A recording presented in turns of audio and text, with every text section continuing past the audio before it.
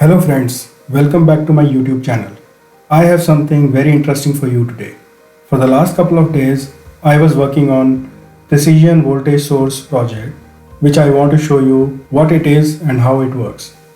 Not only that, I will show you what all components are required and how you can build it yourself for your lab. As the name suggests, it is a programmable precision voltage source that can generate any voltage from 0 to 5 volt with a resolution of 1 millivolt. It is very easy to operate. You can set any voltage with the help of keys and you will get exact voltage at the output. I am using my Fluke 287 True RMS precision multimeter for the measurement.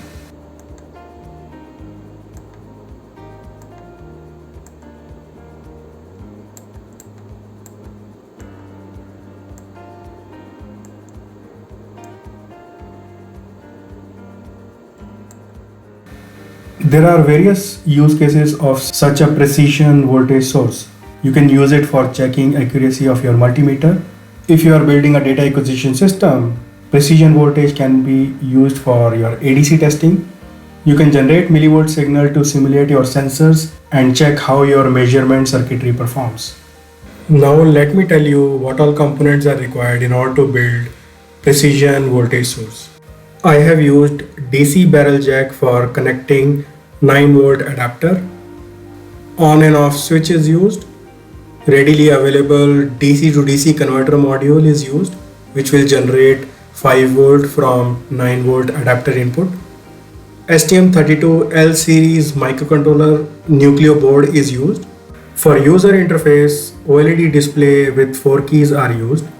I have used Serobits OLED display board, which has 128 cross 64 pixels 0.96 inches OLED display along with 4 keys. So I don't need to add OLED display and keys separately, which makes prototyping a bit easy. And then for precision voltage, I have used LTC 2602 evaluation board. This evaluation board has low power, high precision 16-bit DAC. It has 2 channels and each channel only consumes 300 microampere at 3 volt. For DAC LT1790 precision 5 volt reference is used, which has very low drift of 10 ppm per degree centigrade and has high accuracy of 0.05%. Perf board or 0 PCB is used to assemble the whole circuit. This is the high-level wiring diagram of the project. You can get detailed wiring diagram from the link in the description below. It is fairly easy to understand how the circuit works. 9 volt adapter input via switch goes to the DC-DC converter, which generates 5 volt DC to power the STM32 Nucleo board. On Nucleo board, another linear regulator is there which generates 3.3 volt. Which powers the MCU. This 3.3 volt also powers OLED display. OLED display is driven by 4-wire SPI interface and keys are connected to 4 IO lines of the MCU. DAC board needs 9 volt input for 5 volt reference circuit and 5 volt separately for powering the DAC. DAC is connected to MCU via 3-wire SPI interface. Now let us assemble the circuit and I will show you how it works.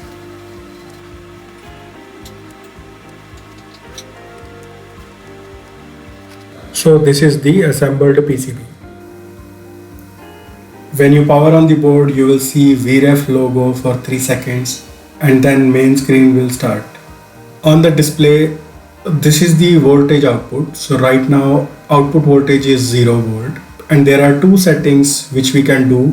One is what is the step voltage. So with the help of this key we can change what is the step change we want when we use these increment and decrement keys. So when step voltage is 1 millivolt, if I press increment key, it will increment by 1 millivolt and decrement by 1 millivolt. But you can have 5 millivolt step size, 25 millivolt step size, 50, 100, 200, 500, and then again 1 millivolt. So that way you can change the step size. And this one is for auto increment. So right now it is 0.0 second. So this will not auto increment by this step. If I set this as 1 second, 1.0 second, the output voltage will increment by this step value every 1 second, and it will continuously run in loop.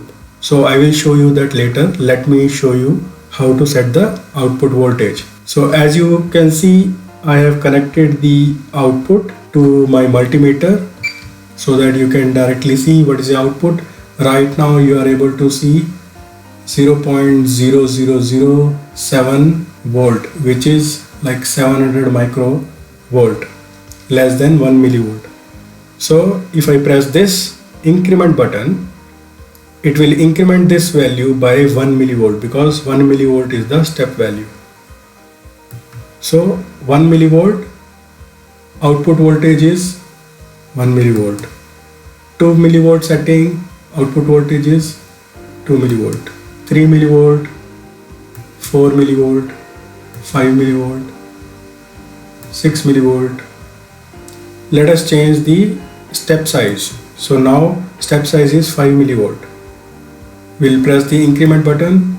It will increment by 5 millivolt. So now it is 11 millivolt output, 16 millivolt output, 21 millivolt output, 26 millivolt, 31 millivolt.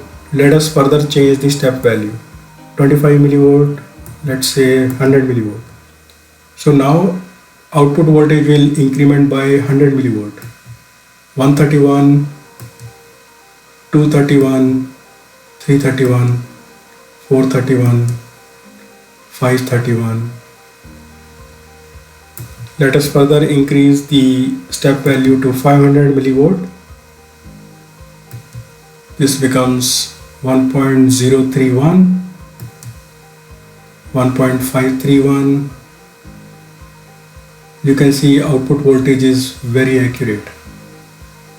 The difference is 0.2, 0.3 millivolt.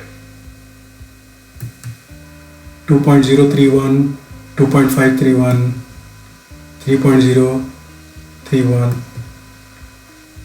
3.531. Let us change the step value to 200 millivolt. Increment by 200 millivolt. 3.731, 3.931, 4.131, 4.531, 4.731, 4.931, and the last value is 4.995. Similarly, we can decrease also. So when we press this decrease button, it will decrement by 200 millivolt, the step value which is configured here. 4.795, 4.595. So if we change this step value to, let's say, 50 millivolt, it will decrement by 50 millivolt. So it will become 4545 millivolt. So 4.545 millivolt. Now it is decreasing by 50 millivolt step size.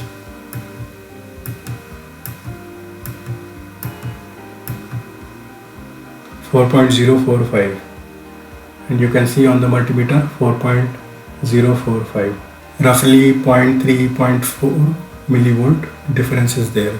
Now let me show you, 1 second.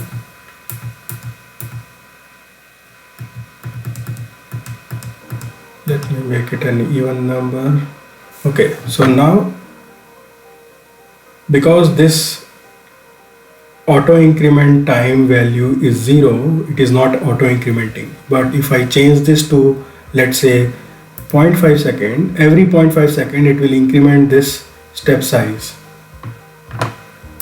If you make it 1, every 1 second it will change this step size. So if you change step size by, let's say, 100 millivolt, every 1 second 100 millivolt will be added, and that is also getting output, and you can see on the multimeter.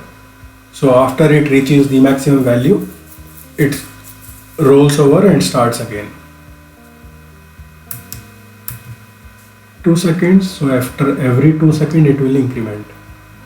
You can see now it is 900 mV. This is 1 volt, 1.1 volt, 1.2 volt, 1.3 volt, 1.4 volt, and you can configure till 5 seconds.